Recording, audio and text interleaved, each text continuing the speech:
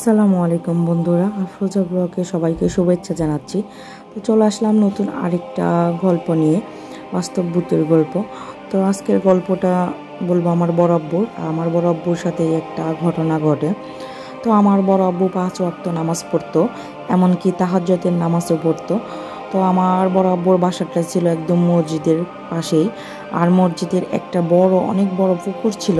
তো ওই পুকুরে আর কি মসজিদ থেকে মাছ চাষ করা হতো।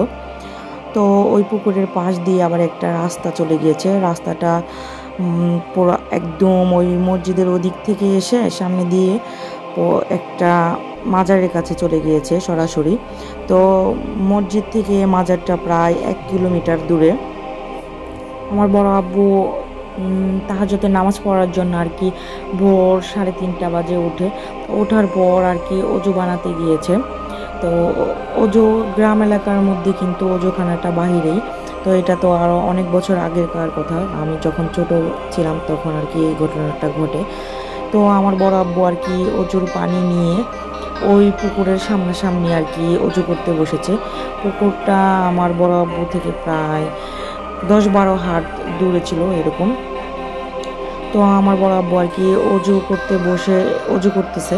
হঠাৎ করে সামনের দিকে তাকিয়ে দেখে একটা অনেক বড় সাদা হাতি যাচ্ছে হেঁটে হেঁটে পুকুরের রাস্তা দিয়ে।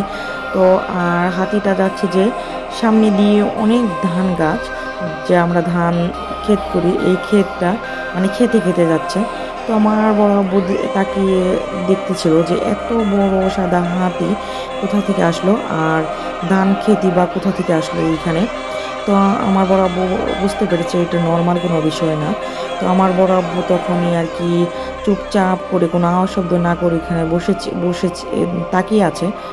তো হাতিটা যখন চলে গিয়েছে তখন আর কি আমার বড় আব্বু অজু করে মসজিদে চলে গিয়েছে। মসজিদে যাওয়ার পর নামাজ পড়া শেষ করে মসজিদের ইমামের সাথে আমার বড় আব্বু কথাটা শেয়ার করেছে যে হুজুর, আমি আজকে ভোর 3:30 বাজে আর কি যখন অজু করতে বসেছি তখন পুকুরের সামনে দিয়ে এরকম আমি একটা সাদা হাতি যেতে দেখেছি।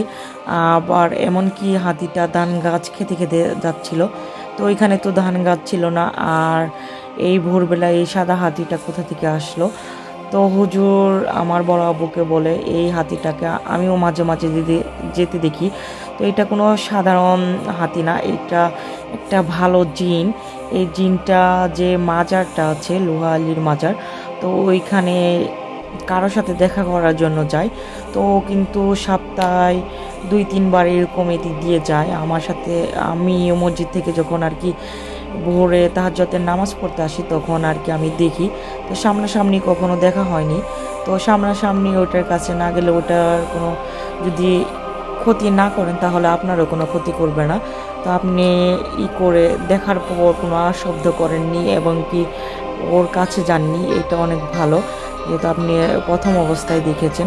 তো মাঝে মাঝে দেখলে কিছু বলবেন না, ও ওর পথে যাবে, আপনার কোনো ক্ষতি করবে না, ও একটা ভালো জিন।